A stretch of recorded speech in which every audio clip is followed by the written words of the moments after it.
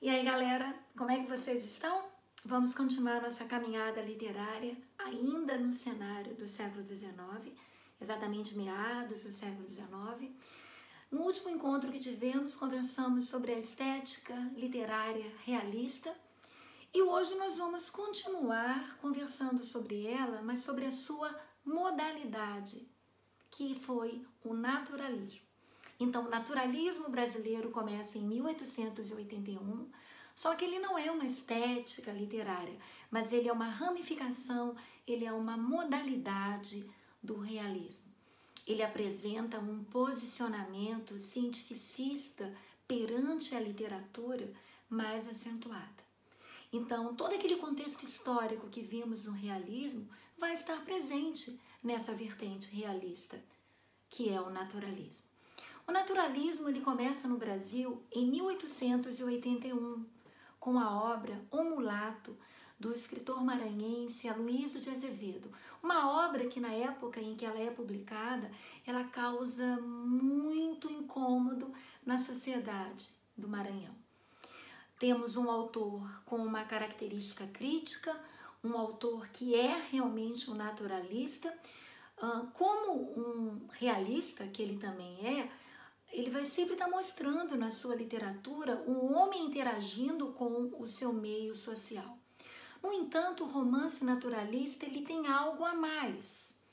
O romance naturalista, e isso é possível ver dentro das obras tanto de Aloysio de Azevedo como de outros naturalistas, ele mostra o homem como sendo produto de forças naturais.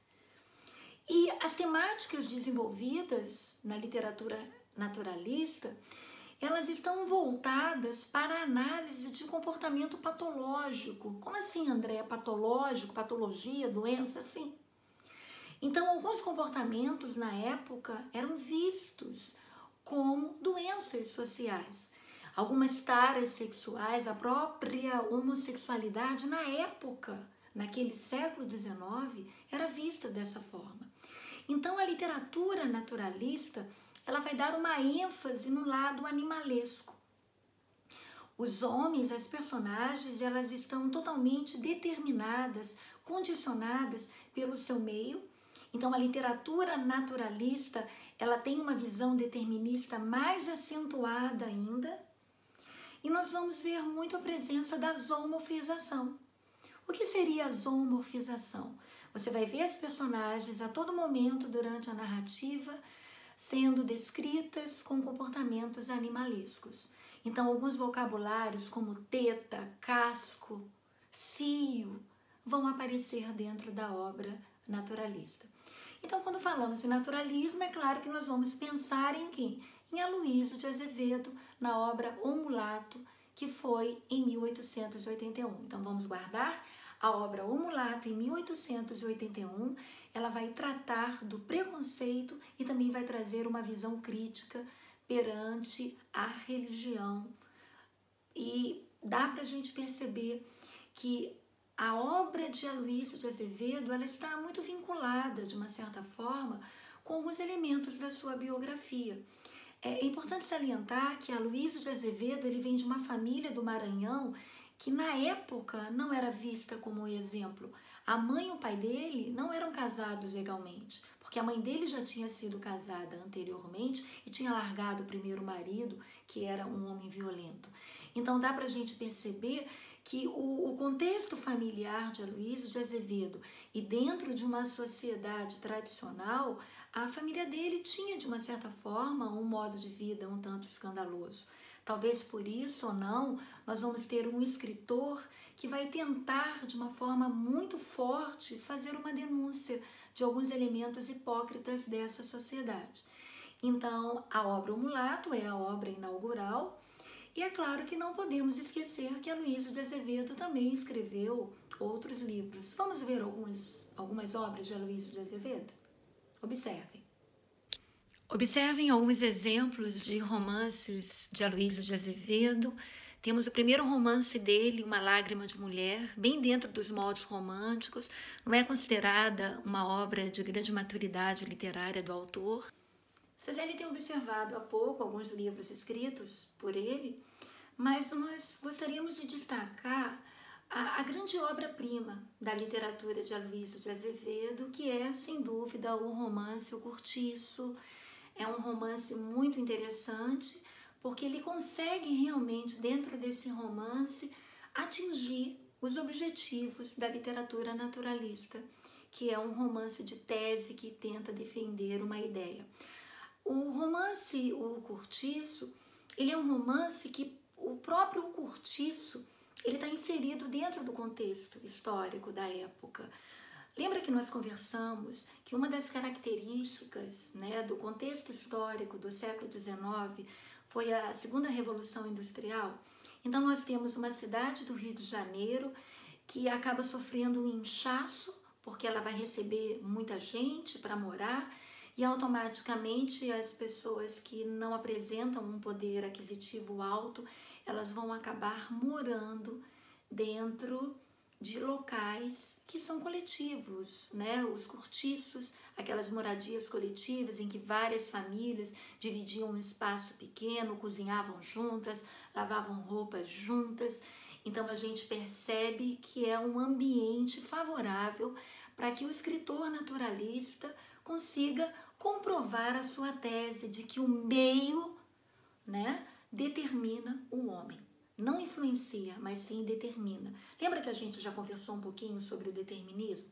Então a obra O Cortiço é como se ele defendesse a ideia de que quem entra limpo no cortiço, naquele ambiente coletivo, vai sair sujo. E quem já entra sujo, em sentido moral, vai sair podre.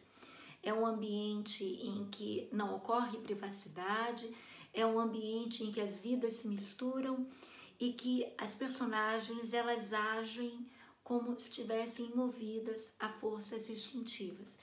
Então é uma obra bem interessante, quem ainda não conhece, dá uma lida. E dentro da obra O Cortiço você vai ver muito a marca da zoomorfização. Você vai perceber que até o vocabulário usado dentro do romance é um vocabulário muito direcionado, como se você estivesse descrevendo características que animais têm e não seres humanos. O interessante é que o romance O Cortiço, da mesma forma que as personagens elas passam por esse processo de zoomorfização, o cortiço ele faz o ambiente, né, a moradia coletiva, passa por um processo inverso de antropomorfização. Lendo o romance, você vai perceber que em alguns momentos, quando a narrativa é feita, o romance, ele atribui características humanas ao próprio cortiço. Então, O Cortiço é a obra-prima de Aloysio de Azevedo. Além de Aloysio de Azevedo, nós tivemos outros autores naturalistas, que nós já conversamos sobre, o próprio Raul Pompeia, e outros que eu gostaria que vocês pudessem agora observar esses autores, né? Vamos destacar inicialmente Adolfo Caminha. Vamos dar uma olhada em duas obras de Adolfo Caminha? Temos dois exemplos de romances naturalistas que vocês podem observar, A Normalista e O Bom Crioulo, ambos do escritor cearense Adolfo Caminha. Adolfo Caminha, ele procurou na sua literatura retratar a cidade de Fortaleza com as suas mazelas e podridões morais. O primeiro romance, A Normalista, o enredo ele gira em torno de uma estudante da escola de normal que acaba sendo criada pelo padrinho, né? Perde a sua mãe na Grande Seca e o padrinho ele fica obcecado pela afilhada e tenta seduzi-la. A obra O Bom Crioulo é o primeiro romance a tratar da temática da homossexualidade. Interessante que Adolfo Caminha ele foi oficial da Marinha. E nesse romance, O Bom Crioulo, ele explora ainda mais o naturalismo, quando ele narra a história trágica de uma paixão entre dois marinheiros. Além de Adolfo Caminha, nós podemos citar ainda mais dois autores naturalistas. Vamos dar uma olhada um pouco na obra deles? Observem mais dois romances naturalistas. Temos Luzia Homem, do escritor cearense Domingos Olímpio, um romance que faz parte do ciclo das secas. Nesse romance nós temos uma personagem central que se chama Luzia e ela acaba se masculinizando para que ela possa melhor suportar a adversidade do meio físico. Mas ela não perde a sua condição de feminina, mas o meio acaba determinando o seu comportamento. Ao lado temos o romance O Missionário, de Inglês de Souza. Nesse romance, o escritor ele apura a sua técnica naturalista, porque de acordo com o enredo do livro, você pode perceber que o homem ele é governado por seu temperamento, e isso se dá devido à hereditariedade. O protagonista do romance, que é um padre, o Antônio de Moraes, ele trava uma impiedosa luta contra os seus instintos sexuais, tentando preservar sua conduta moral. Então, em ambos os romances, o meio acaba sendo determinante para o comportamento das personagens.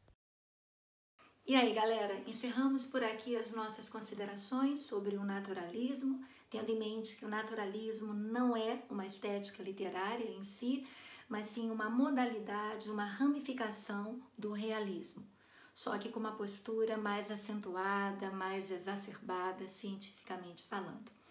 É importante termos em mente que os romances naturalistas são romances de tese em que mostram o ser humano totalmente condicionado, determinado por meio da sua raça, por meio do seu contexto, do seu meio social. É importante, quando falarmos em naturalismo, termos em mente Aloysio de Azevedo, a obra O Mulato, que é a obra inaugural do naturalismo brasileiro.